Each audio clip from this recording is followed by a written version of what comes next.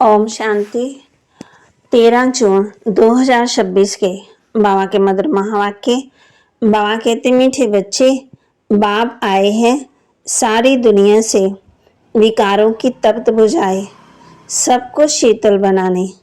ज्ञान बरसात शीतल बना देती है। बाप आए हैं सारी दुनिया से विकारों की तप्त बुझाए, सबको शीतल बनाने। ज्ञान बरसात शीतल बना देती है। प्रश्न, कौन सी तप्त सारी दुनिया को जला रही है? बाप पूछते बच्चों से, कौन सी तप्त सारी दुनिया को जला रही है? उत्तर, काम विकार की तप्त सारी दुनिया को जला रही है। सब काम अग्नि में जलकर काले हो गए हैं।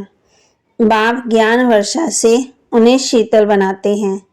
जैसे बरसात पड़ने से धरती शीतल हो जाती है, तो इस ज्ञान वर्षा से 21 जन्मों के लिए तुम शीतल बन जाते हो। किसी भी प्रकार की तप्त नहीं रहती। तत्व भी सतो प्रधान बन जाते, कोई भी तपते नहीं। ओम शांति। रूहानी बच्चे किसकी याद में बैठे हैं? जरूर अपने रूहानी बाप की याद में बैठे हैं। रूह अपने परम पिता परमात्मा की याद में बैठी है कि हमको रूहानी बाप आकर के रिफ्रेश कर शीतल बनाएं, क्योंकि काम चिता पर बैठ भारत जल मरा है। गाते भी हैं, तप्त बुझाए। तप्त काहे की? विकारों की। बहुत तप्त होती है तो मनुष्य मर पड़ते हैं। बाप कहते हैं भारत एकदम जल मरा है, इसलिए बाप को याद करते हैं कि आकर के शीतल बनाओ। बरसात पड़ने से शीतलता हो जाती है, धरती शीतल हो जाती है। ये तो बरसात है ज्ञान की। एक ही बार आकर के इतना शीतल बनाते, इतना सब कुछ दे देते जो सतयुग में कोई भी चीज की आश नहीं रहती, उत्कंठा नहीं रहती है। आधा कल्प उत्कंठा में रहते, बाबा आकर के शीतल बनाओ। पतित पावन बाप आकर के हमको शीतल बनाए।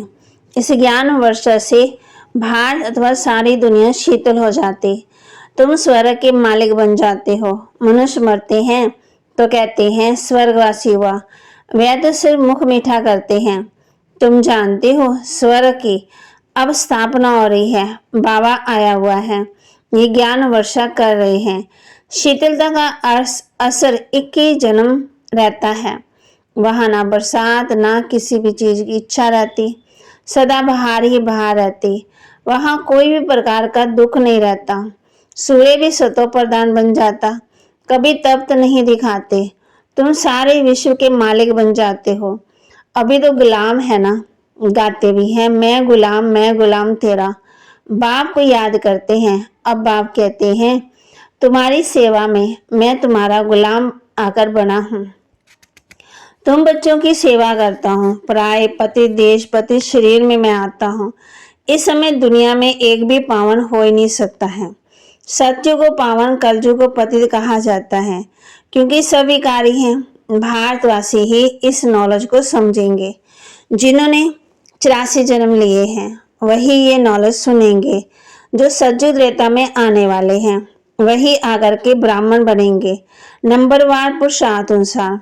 बाप ने समझाया है अभी तुम ब्राह्मण वर्ण में हो, फिर वही देवता वर्ण में आएंगे। ब्राह्मण वर्ण अर्थात ब्राह्मण धर्म स्थापन करने बाप आते हैं। ब्रह्मा ब्राह्मण धर्म स्थापन करते हैं। ऐसे नहीं कहेंगे कि परमपिता परमात्मा आकर शूद्रों को ब्राह्मण बनाते हैं। ये तुम्हारी भौजोली चलती है। ये तो बहुत सहज है। तुम जानते हो ये चक्कर फिरता रहता है। विराट रूप में ब्राह्मणों की चोटी और शिव बाबा को भूल गए हैं। कहते हैं देवता, क्षत्रिय, वैश्य, शूद्र, फिर ब्राह्मण से देवता। अब ब्राह्मण कहाँ गए? ब्राह्मण लोग तो गाते भी है ना, ब्राह्मण देवता नमे। तब प्रजापिता ब्रह्मा की वंशावली कहाँ गए? प्रजापिता ब्रह्मा का नाम कितना बाला है, चित्रों में कितनी भूल कर दी है। प्रजापिता ब्रह्मा की औलाद का कोई नाम निशान नहीं। स्कूल में टीचर पढ़ाते हैं, वह फिर भी सोर्स ऑफ इनकम है। एम ऑब्जेक्ट तो जरूर चाहिए। तुम बच्चे जानते हो उस पढ़ाई से भी मर्तबा मिलता। पति दुनिया में भगवान आकर पतितों को पढ़ाते हैं। बाप कहते हैं मैं तुम बच्चों को पढ़ाकर पावन बनाता हूँ। इस पढ़ाई से इनकम देखो कितनी भारी है। आधा कल्प के लिए तुम तकदीर बनाते हो। भारत में गाया हुआ है, 21 पीढ़ी अब तुम बेहद के बाप से 21 पीढ़ी बेहद का वर्षा पाते हो। लौकी बाप का है अल्पकाल का, क्षणभंगर का वर्षा। इस बाप से तुम ऐसा वर्षा पाते हो जो पीढ़ी बाई पीढ़ी तुम दुख नहीं भागते, तुमको दुख नहीं रहेगा। भारत में बेहद का सुख था। ये ज्ञान और किसी की बुद्धि में नहीं है। ये ज्ञान देने वाला बाप जाने और जिनको देते हैं वह जाने और न जाने कोई। ग्रंथ में भी उनकी महिमा है। एक ओंकार, सतनाम, कर्तापुर, निरपौर, निर्वय, निरहंकार। इसका अर्थ भी अभी तुम समझते हो। वह तो सिर्फ गाते हैं निरहंकारी। इतनी बड़ी अथॉरिटी होते हुए भी उनको कोई हंकार नहीं। यहाँ भी थोड़ी पोजीशन वाले होते तो कितना नशा उनको रहता। वह है अल्पकाल वाले मर्तबे का नशा, मैं फलाना। अब तुमको इस रूहानी पढ़ाई का नशा। तुम्हारी आत्मा अभी जानती है आत्मा अभिमानी बनना है, तब ही बाप को याद कर सकेंगे। बाप के साथ योग टूटने से माया का गोला लग जाता, मुरझा जाते। याद करते रहें तो खुशी का पारा चढ़ा रहे। कोई बड़ा इम्तिहान पास करते हैं तो खुशी होती, समझते हैं बस इसके ऊपर कोई और पढ़ाई नहीं। तुम जानती हो तो हमारी पढ़ाई इस पढ़ाई से ऊंच और कोई पढ़ाई नहीं। इन लक्ष्मी नारायण ने पास्ट में जरूर ऐसी पढ़ाई की है। राजयोग सीखे हैं तब महाराजा महारानी बने हैं। राजयोग तो मशहूर है। परमपिता परमात्मा आकर के राजयोग सिखाते हैं स्वर्ग के लिए। कहते भी हैं पास्ट में ऐसे कर्म किए तब ये बने हैं। तुम जानते हो इस जन्म में हम ऐसे कर्म सीखते हैं जो भविष्य 21 जन्मों के लिए राज्य करेंगे, स्वर्ग में विराजमान होंगे। यथा राजा रानी तथा प्रजा भी है ना। राजधानी है, बाप आया हुआ है राजधानी स्थापन करने। फिर तुम अगर 21 जन्म पालन करेंगे, जैसे जन्म तो दुख ही भोगा, ये सब खत्म हो जाएंगे। भारत को स्वर्ग कहा जाता, अभी तो नरक है। सृष्टि कितनी बदल गई है। वह राजाई कहाँ चली गई। रामा राज्य शुरू होने से फिर तुम पतित बन जाते हो। बाप कहते हैं तुम अपने 84 के चक्कर को नहीं जानते हो। अभी तुम बच्चों को बार बार समझाया जाता है। तुमने 84 जन्मों का चक्कर पूरा किया है, अभी तुम्हारा ये अंतिम जन्म है। अब फिर से अपना वर्षा लेना है। तुमको मुक्ति धाम में बैठने जाना है। तुम्हारा ऑलराउंडर पाठ है। ऐसे बहुत हैं जो सरजू से लेकर द्वापर कलयुग अंत मुक्ति धाम में रहते। ऐसे नहीं कहेंगे कि यहाँ आने से मुक्ति धाम अच्छा है, वह है मच्छर देश। बाप कहते आया और गया। मनुष्यों की महिमा गाई जाती है। ये मंदिर किसके हैं? जो शुरू से लेकर पाठ बजाते आए, उन्हों की ही यादगार बनाते, अंत में आते रहे। उन्हों का भी यादगार क्या है? कुछ भी नहीं। तुम्हारा कितना भारी यादगार है, सबसे जास्ती तुम पाठ बजाते हो। तुम अपने प्रारब्ध का पूरा टाइम पूरा कर जब भक्ति मार्ग में आते तब फिर तुम्हारा यादगार तथा शिव बाबा के मंदिर बनने शुरू होते। फिर और धर्म आते, उन्हों का धर्म स्थापन होता। तुम अपनी हिस्ट्री ज्योग्राफी को जानते हो और सब धर्म वाले भी जानते हो। 84 जन्मों की सीढ़ी, पहले हम स्वर्ग में आते फिर उतरते कैसे हैं ये तुम्हारी बुद्धि में है। हर एक जन्म में भिन्न भिन्न नाम रूप देश वाले मित्र संबंधी आदि मिलते हैं। ये सब ड्रामा में तुम्हारा पाठ पहले से नूंदा हुआ है। ये बेहद का ड्रामा है जो हूबहू रिपीट होता है। तुम जानते हो हम सब देवी देवता थे जो 84 जन्म ले शूद्र बने। फिर हम सब देवी देवता बनते। मनुष्य तो कह देते आत्मा सो परमात्मा, वास्तव में हम सो का अर्थ ये है। वह भी कह देते हैं आत्मा सो परमात्मा, परमात्मा सो आत्मा। रात दिन का फर्क है। तुम अभी इन सब बातों को जानते हो। तुम अभी पांडव बने हो। कौरव पांडव भाई भाई है ना। अभी बाप मिला है तो तुम कौरव से पांडव बने हो। बाप तुमको दुख से लिबरेट कर गाइड बन ले जाते हैं। घर का तो किसी को पता ही नहीं है। उनको इनकॉर्पोरियल वर्ल्ड कहा जाता, निराकारी दुनिया। अभी तुम बच्चे जानते हो निराकारी आत्मा निराकार वर्ल्ड में बिंदी मिसल निवास करते हैं। वहां भी निराकारी झाड़, ये ड्रामा बना हुआ है। बीज और झाड़ को जानना है, इसका नाम ही है वैरायटी धर्मों का झाड़। फिर ये मनुष्य सृष्टि है, इनका बीज बाप है, बीज रूप बाप है। कितनी वैरायटी है, हर एक धर्म वाले के फीचर स्वरूप। फिर यहाँ भी एक की शक्ल ना मिले दूसरे से, ये भी ड्रामा बना हुआ है। कलप वृक्ष की आयु 5000 वर्ष है, ये बाप बैठ समझाते हैं। मनुष्य एक्टर है, यहाँ पार बुझाने आते हैं। ये मांडवा है, रोशनी के लिए सूर्य चांद आदि। ये कोई देवता थोड़ी है, ये है बत्तियां। सर्विस बच्चे करते हैं ना। बाप ओबीडियंट सर्वेंट है। बच्चे दुखी होते तो बाप को तरस पड़ता। बाप उतरती गलास से हर चीज में होती। बाप कहते पुरानी दुनिया को तमो प्रदान, फिर नई दुनिया को सत्व प्रदान बनना। हर एक चीज नई से पुरानी होती। आत्मा कहती ये शरीर भी तमो प्रदान पतित है। ये सज्जु में आत्मा शरीर सत्व प्रदान थे। माथा नहीं खपाते। आत्मा को अब ज्ञान मिला हुआ है, स्मृति आई है। हम 84 जन्म लेते हैं। ये राज बेहद का बाप बैठ समझाते हैं।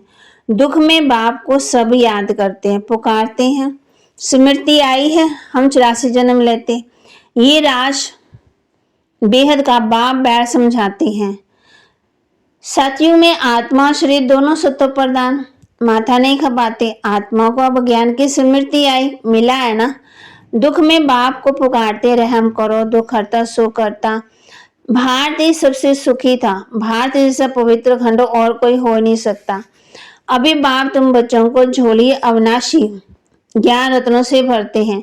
कभी ऐसा बाप मिल देखा? कहते हैं बच्चों, मैं तुम्हारे लिए वैकुंठ सौगात में लाया हूँ। तुम स्वर्गवासी थे, अब पतित नरकवासी बन पड़े। पावन उनको कहा जाता जो विकार में नहीं जाते। सज्जु में है ही संपूर्ण विकारी, संपूर्ण निर्विकारी। इस समय है संपूर्ण विकारी। बाप कहते तुम भी संपूर्ण निर्विकारी थे, अब संपूर्ण विकारी बने हो। फिर संपूर्ण निर्विकारी बनना है, याद करो तो तुम तमो प्रधान से सत्व प्रधान बन जाएंगे। मैं सर्वशक्तिवान होना, मुझे याद करो। याद को ही योग अग्नि कहा जाता है, जिससे तुम्हारे पाप भस्म होंगे, तुम पवित्र बन जाएंगे। अच्छा, मीठे मीठे सिक्के लदे बच्चों प्रति माता पिता बाप दादा का याद प्यार और गुड मॉर्निंग। रूहानी बाप की रूहानी बच्चों को नमस्ते। रूहानी बच्चों की रूहानी बाप दादा को दिलवा जान सिकवा प्रेम से नमस्ते। धारणा के लिए मुख्य सार, रूहानी पढ़ाई के नशे में रहना है। बाप समान निरहंकारी बनना है। पोजीशन आदि का अहंकार नहीं रखना है। अपनी झोली ज्ञान रत्नों से भरनी, संपूर्ण निर्विकारी बन देवता पद पाना है, कभी भी मुरझाना नहीं है। वरदान, स्थूल और सूक्ष्म दोनों रीति से स्वयं को बिजी रखने वाले मायाजीत विजयी भव। स्थूल और सूक्ष्म दोनों रीति से स्वयं को बिजी रखने वाले मायाजीत विजयी भव। स्वयं को सेवाधारी समझ, अपनी रुचि उमंग से सेवा में बिजी रखो तो माया को चांस नहीं मिलेगा। जब संकल्प से बुद्धि से, चाहे स्थूल से भी फ्री, चाहे स्थूल चाहे कर्मना से फ्री रहते तो माया चांस नहीं लेती। लेकिन स्थूल और सूक्ष्म दोनों की रीति से खुशी खुशी से सेवा में बिजी रहो तो खुशी के कारण माया सामना करने का साहस नहीं रख सकते। इसलिए स्वयं ही टीचर बन, टीचर को बुद्धि को बिजी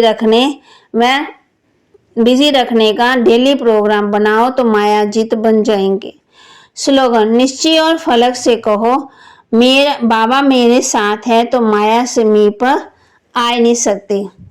बाबा कहते निश्चय और फलक से कहो कि मेरा बाबा मेरे साथ हैं तो माया समीप आ नहीं सकती। अव्यक्त सारे सदा हर्षित रहने के लिए अपनी नेचर को सरल बनाओ, सहनशील बनो।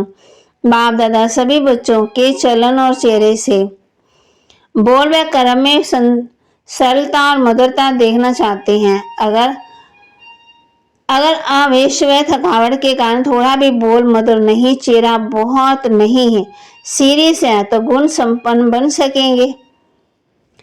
कैसी भी सरकमस्टांस हो, लेकिन मेरा जो गुण है वह मेरा गुण इमर्ज होना चाहिए।